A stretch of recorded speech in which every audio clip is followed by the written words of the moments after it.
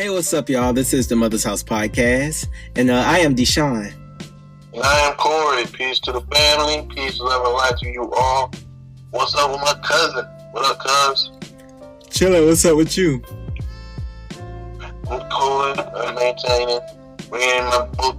Reading a great book. And trying to understand what all this hoopla about, Bruno Mars, that OJ. Oh, God. I'm tired of hearing about it. I'm tired of talking about it. Our mindset is on focus on fickle things, so that's why we kind of taking a break for those fickle things, those trendy topics, you know what I'm saying? And we're going to kind of focus on something that's more, something we should look into, you know what I'm saying? Right, exactly. Like, y'all make me want to just stop doing YouTube. I need a YouTube break. Y'all don't break. Y'all can listen to us 24/7. Right. We got a lot of enough videos for y'all to listen to. So. Y'all make me want to go watch TV. But they don't make you want to watch TV. But anyway, cuz so what's going on? What's happening? What's the new news? What we're talking about? Well, something that's happening in prisons across the country is that they're basically banning certain books. It's almost similar to back in the day when they didn't let slaves read because they feared that slaves may start to gain knowledge and start rebelling. Yeah, and start rebelling. So yeah, they're trying to keep the prisoners almost ignorant in a sense. So yeah, and then different groups are like trying to fight back and get, the freedom to read. I mean, you should be able to read. How the fuck you can't read? I can see if you're reading something about like, I don't know, Grand Theft Auto, or how to shoot up a prison, how to escape prison book. I can see if you was reading a book like that. But if you just reading regular stuff that's gonna educate you and help you to become a better person, like, why are they banning books like that? Why are they banning books on like some prisons are abandoning like Michelle Alexander's The New Jim Crow and different books like that. They kind of deal with mass incarceration and how the prison, industrial complex exactly has, basically been built and everything behind. And I feel like all prisoners, that, in my opinion, that should be a required read. Like, y'all should read this because this is probably why y'all in here. Well, they give you an understanding of the process. They give you an understanding why the process is what it is. It's based off of from slavery. It stems from slavery. It's systemic enslavement. You dig what I'm saying? So, it's just, them to make to ensure that they maintain control of the people. You know what I'm saying? You got to keep in mind these prisoners, these young men or women who are in prison, not having the rights to read, it's stripping away from their humanity. It's stripping away they not just strip away the rights to read. They strip away the college. Like some prisoners can go get a 2-year degree from prison. You know what I'm saying? It's stripping away the school program, trade program within the prison system. It's not for rehabilitation. Prison is built for corporate capitalism and gain. It's like they don't want you to get smarter. They want you to stay, in that same mindset so you can continue to come back and continue to be an asset to them. They're not really trying to make you a better person and throw you back into society. They're trying to set you up so you can get trapped. Yeah, I mean, that's what the system is built from, and that's what it's built for. That's what they built it for. It's not to punish you for your crimes. It's to keep you in line with free labor. You know what I'm saying? Or cheap labor, or basically free labor, enslavement, man. What they call it, indentured servitude. Right. And we're getting this information from an article that was in USA Today. Yeah, it's called "Ban Literature in Prisons: Perpetuates System That Ignores Inmate Humanity." And it has contributors from Maisha Braden, Michael Huggins, and Courtney Alexander.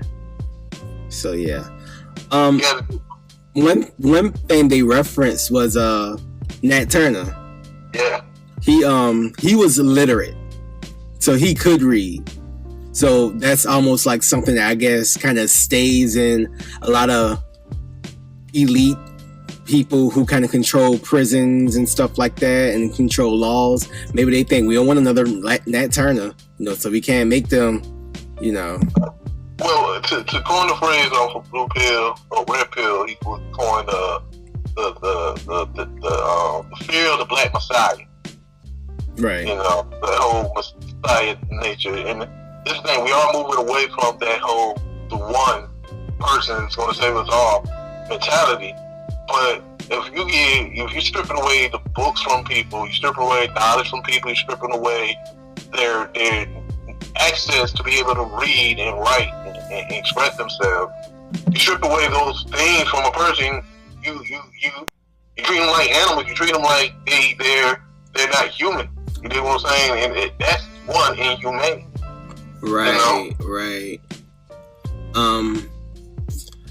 Yeah, I just think that it's sad that we don't pay. I guess when people go to prison, we kind of just stop paying them attention and we act like they're not humans. But exactly. It's almost like we forget about our prisoners. I hate to say our prisoners, but they are. That's the thing. The prisoners and the people who are filling up the prisons are black men and black women. You know what I'm saying? Out of all other groups. Right, they're our people. They are people. Right. And not only that, they are our people, they are our children, they are our cousins, they are our friends, they are our family. Brothers, our family, you know what I'm saying? And half of them in there, they're over, what's it called? They're over punished. Yes, over punished. Like right, the punishment, they're over sentenced. Yeah, they're over sentenced. The punishment don't fit the crime. Right. Even my homie that's in prison right now, I went to go visit him not that long ago, and he was telling me that, I told him, hey man, I asked him what kind of books he got in there they can read. I was thinking about sending those books. He was like, yeah, you can send me a book, but they're going to screen it before you even give it to me, before you even get to me. More than likely, if it's a Bible, they'll let it come through, but if anything outside of that, they ain't going to probably come through. Y'all know that's crazy. Right. Like, y'all know what they did with the Bible. Yeah. That ain't nothing but a brainwash. But it's almost like not only that, it's a brainwash. Because you can find aspects in the Bible and pull something from it, make your life better and all this and that. But when you're in prison or you got that lifestyle, they ain't really going to change too much for you. Right. Because you heard that your whole life. It ain't nothing like pertaining to you in your specific situation right here and right now, like Mitchell Alexander's book with, or Maya Angelou poems fight, or you know what I'm saying? Right, and they're even banning like stuff like Maya Angelou. They're banning stuff from like Langston. Like they're just banning all kind of stuff, like uplifting stuff, self-help stuff. Right. Yeah, anything that kind of just makes you, a better person, helps with personal development, helps with personal growth. They're banning just a lot of crazy stuff. I think they said one state had like 10,000 books they had banned. Like what? Right. Yeah, I read that. Saw that. What sense does that make? One thing that Thurgood Marshall, y'all remember the late great Thurgood Marshall? I want to read what he said about. He had it in his little his statement in his Procureur versus Martinez opinion. Oh yeah, I was just looking at that. Yeah. He said when the prison gates slam behind an inmate, he does not lose his human quality. His mind does not become closed to ideas. His intellect does not cease to feed on a free and open interchange of opinions. Basically, he's still a human. Shit. When that gate's closed, you feel like you're in a cage. You don't feel like you feel some type of way. You feel totally different. Your view, your energy, everything sucks out of you when you walk inside them prison doors. You know what I'm saying? Like even when I was talking to my homie, he was like, "Yeah, it ain't that bad in here, but because it ain't too crazy up in here. Because he's not in prison, he's in jail." Right. But it's still the same sentiment. It's like you don't want to get comfortable in that space because it strips you away from having the right to go use the bathroom when you want to, have the right to go to the store. It strips so much. It makes you a slave. It strips your freedom. You know what I'm saying? And then when you come out, you still hold on to that incarceration mind. You still be what they call it, program. Institutionalized. You become institutionalized, and they end up following you all the way to your home. And that's not only what we seeing from this person, or from a particular person that comes out of prison. It's being shown even within our music. It's being shown and perpetuated within the music. It's perpetuated within the lifestyle, within our culture. Because they locked up so many black men and black boys and black women and black fathers, it affects the community every single damn day. You know what I'm saying? So yeah, and that's why you see so much, detachment from each. We have such a detachment from each other. We don't have that community feel. A lot of us can't really pinpoint what the fuck our culture really is. And if they point at certain aspects of our culture, you can be like, well, that's actually prison culture you're talking about. That's not our culture. That's a culture that they created for you to have. That's why we got to kind of speak up on this issue. You got to start writing to your local governors and senators, and also make a voice outside of that box. Like, why are we not talking about this? Why this is not trending on Twitter? Why Bruno Mars is over shadowing this? You know what I'm saying? But we'll clearly know why, because people run away or try to find things that they're not 100%. They're passionate about it, but it doesn't have nothing to do with them and their situation. They like to run away from their situation or condition, instead of trying to face their condition head on and address it head on. Now, not everybody, but a lot of people do, but not everybody do it. Right. Some more great on this escapism mindset. Yeah, we are stuck in. That's crazy. I was just listening to another one of our podcasts, and we were talking about escapism. And some more. Well, let me go into that real quick. We were basically saying how it's almost like we have it backwards. It's like instead of using music to escape and kind of going to that place and kind of being like living vicariously, I guess, through celebrities 20% of the time, we're doing it more so 80% of the time, and we're using the real world to escape that world. Exactly. Now, don't get me wrong. Like, you gotta escape. You gotta get away from harsh pressures that's pertaining into your life, or else it's going to affect your mental health, affect your spiritual health. It affects a lot of different things. But when you put so much focus on that, on things that is, what's the word? Mundane, things that doesn't really have no validity but to behind them. You end up finding yourself trapped in a mystical world, thinking everything is what it is, but when it really not until it knocks on your door. That's why I have when Michelle Alexander and the whole fight to like during the Barack Obama presidency, everybody was talking about prisoners' rights and mass incarceration. I don't hear too many people talking about freeing our political prisoners like Mia, you know what I'm saying, or Fina Shakur, even though she's in Cuba. Not Fina Shakur, I mean Asada Shakur. Even though she's in Cuba, they still trying to get her. You know what I'm saying? We're not speaking to in that framework because it's not affecting us right here, right now. We wait till things knock on our door, and when it do, oh shit, I was living in the fantasy where I ain't see this shit about to hit me. You know what I'm saying? We were living the rapper lifestyle or the lifestyle that media portrays that we should live. You know what I'm saying? So that's why sometimes you gotta log off. Yeah. Start talking to your family. Start talking to your brothers. Start really talk to the children. Because that's who's going to get really caught up down on prison down the line. Especially the children parents who are in prison. Right. Frederick Douglass said that knowledge makes a man unfit to be a slave. Exactly. That's why it's power in reading, man. I think we don't read enough. Even if you pay attention to how people react to certain articles or certain itineraries that be online. And that's another thing. I think online make us lazy. Online reading make you lazy. That's why I think you should crack open a book before. You know what I'm saying? Ain't no think we don't read enough. It's not. I know we don't read enough, and we don't even read online. People don't be reading. They just read a little bit. They read the headline and maybe the first 3 paragraphs, and then we quick do for our response. You know what I'm saying? Without getting full understanding. I realized that before y'all went off on Erica Badu after reading her little article on Vulture. You know what I'm saying? Right. So I think that what it is, the problem is, it's not that people don't like reading.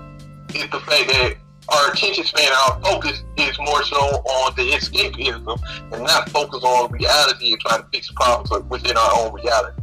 Right. And you know, we could just read a little bit more. It would make a lot, and I mean all of us, if we just kind of read just a little bit more. You know, just took a little bit more time out to just do a little bit more reading. Because, you know, this article says when you increase literacy among inmates, it increases their ability to participate in educational and vocational and work readiness programs. And that decreases their likelihood to go back to prison. But that's what they don't want to happen. Right. You know what I'm saying? They don't want that to happen to that fucked up with the money. You know, the private prison money. You know what I'm saying? That's why I don't get me wrong, Jordan is a great ball player and all that, but I always give him a side eye because he put money towards the private prisons. You know I heard that's a different Michael Jordan, though. Huh? I heard that's not the same Michael Jordan. I heard it is. I don't know. Oh yeah, I heard that's a completely different person. But regardless of what the fact is, you know, we gotta keep in mind, like, reading is key. Reading. This is the thing about reading. Sometimes, like, I'm reading a book right now, Killer of Blood Upon My Copy, out of Yemen. Great book. I'm definitely gonna do a book review. I said it on the last podcast. But just reading opened my imagination. It brought me back to my creativity side when I was a kid. You know what I'm saying? Reading can do those type of things. But this is the thing about children that we don't really recognize as an adult. When you're a child, you have more free spirit. You have more creativity. You have more imagination. And that's why you see, like, I just read an article about 2 young girls who's not even 3rd grade pushing a fashion line. They have the imagination to do that. You know what I'm saying? And the creativity to do that. But when you get to an adult, you're dealing with adult things. You strip away from that. It strips you away from that imagination. And this is the thing. I think if you continue to read, because I know what reading does for me, it expands my imagination. It expands my understanding. It expands my willingness to do shit.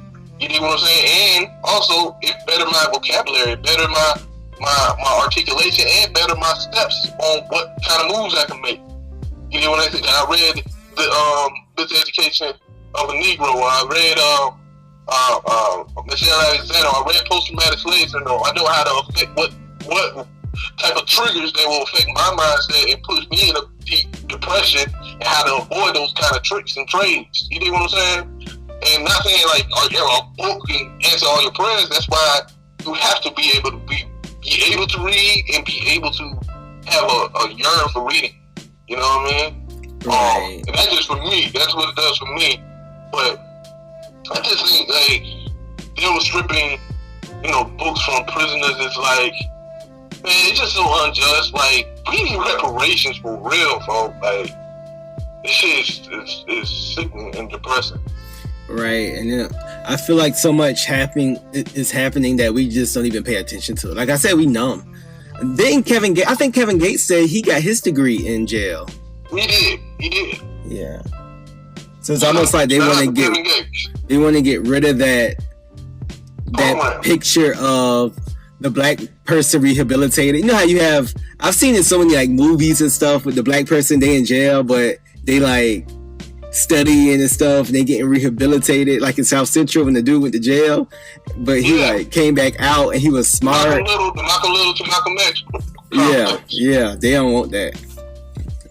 And they say they say you are a combination of what you read and the people you hang around. So what you read is very, very important. They don't want these inmates to turn into Malcolm Littles, to Malcolm X. They don't want these Malcolm Littles turn to Malcolm X. They don't want these men and women turning from from the young thugs to to their better self. They love to pimp the caterpillar. They don't want to see the butterfly. They'll try to stomp out the butterfly before you even blow. Break out into the cocoon. Right. And it's a business. Like, the prison complex is a business. It is. So it's a system. Yeah, the prison system is a business. Die.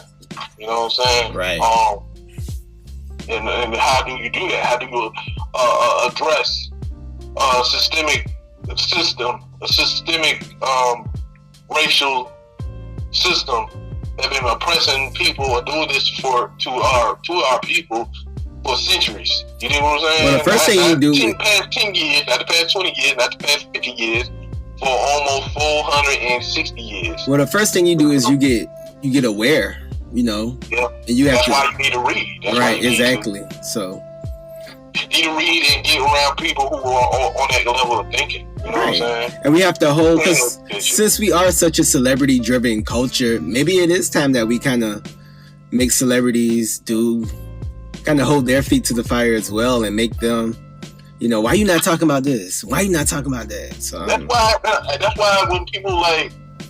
Yeah, we can have our criticism of Beyonce and the Jay-Z's, but when Jay-Z doing the Khalif Browder story, or he talking about Trayvon Martin, and he producing these type of projects like that, you know, I can't be too mad at him because he actually, you know, saying something. He's trying. With his platform. Yeah, he's trying, and then only one person can do so much. Even if every celebrity did something, we still have to do something.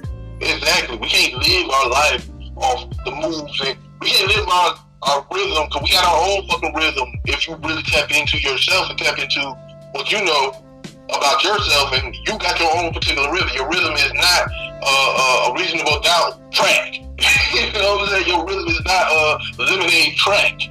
Right. And these songs and musicians and artists or even actors or whatever your celebrity idol is, they do not make you tick. There's other things that make you tick and make you who you are. You know what I mean? Yes, music does have a play on, you know, your emotions and all that stuff, but you gotta start tapping into your own drum. You know what I'm saying? That's some metaphysical stuff, some spiritual stuff to think about. When you go home and meditate, ask yourself, like, yo, what is my own drum? What is the rhythm within my own step? You know what I mean? Yeah, I agree. And that, and you know, we all have a part in this movement. You know what I'm saying? We all have a place, and we can't depend on a couple of people, which really, when you look at the broader scheme, celebrities is just a couple people. Yeah. You know, out of all of us, it's just a little bit of them. So we can't depend on these couple of people to save us, because, you know, they're going to do what they want to do anyway. Shit. They ain't all for the cause. Right, for real. And that's another thing, even with us, we're going to have a lot of people want some bullshit. That's just what it is. Motherfuckers be doing some bullshit. Right. You know, so you just can't focus on the BS that people do. You know, just focus on what moves you're going to make. You know what I mean? Right. And then also, you know, like even with our platform, with our podcast, you know, all we doing is bringing a voice to this situation. And there's probably a lot more that we could do on our own 2 feet. We're trying to figure out how we can make moves like that. But we got our paths too, you know, towards the fight. Everybody has a role. You know what I'm saying? Everybody has a lane that they can get into. So I think if the thing is try to get into a lane that's going to empower and betterment all people, all black folks, you know, all our communities. You know, even if you want to go far and say all people, you know what I'm saying? But we got to get to a point where we use our natural gifts. So we all got a gift. Some of us just don't know what the hell it is right now. You know, we all got a gift. We just got to figure out what it is, tap into it, and push it forward for the betterment of the community, really for the betterment for the children. You know what I'm saying? Because a lot of times when I think about these things, when I think about prison and industrial complex, I think about the babies, man. I think about these young teenagers. I think about these young girls. I think about these children who missing their father or missing their mother or missing their brother or missing their cousin. You know what I'm saying? And them people who are in prison, I think about them too. You know what I'm saying? Like, it's very institutionalized. A little boy just killed another little boy here in Savannah. He's locked up with that. His whole life is gone. He ain't know nothing but a 16-year-old, but he in tried as a 17-year-old. They shot a 13-year-old boy. You know what I'm saying? Like, this shit transcends into the streets. You know what I'm saying? So what kind of reading he's going to get? What kind of rehabilitation he's going to get? What kind of type of learning he's going to get in prison? You know what I'm saying? We saw what he did to Khalif Browder. You know what I mean? So we just got to keep speaking, man. We got to talk about these things and do it more than just once on a podcast, once whenever an article pop up. You know what I mean? We got to stay on it. Right. And on that note, is there anything else you have to say? Nothing else, man. Just y'all be safe. Read to your children. You know what I'm saying? Read to your children. Give your children the understanding that reading is definitely necessary. And fight for these prisoners and a lot of brothers and sisters who are in prison to have the right to read, man. Because that's inhumane. That should be going to the United Nations Supreme Court. Like, they gotta lift these bans on these books. They gotta let everybody have a right to read any book they want. Right. And then also read the right stuff. I mean, I get it. People read what they want to read, but you can't just read a bunch of comic books either. You got you can't just read, some Hot Stella got her groove back shit. And don't get me wrong, all that stuff is cool too.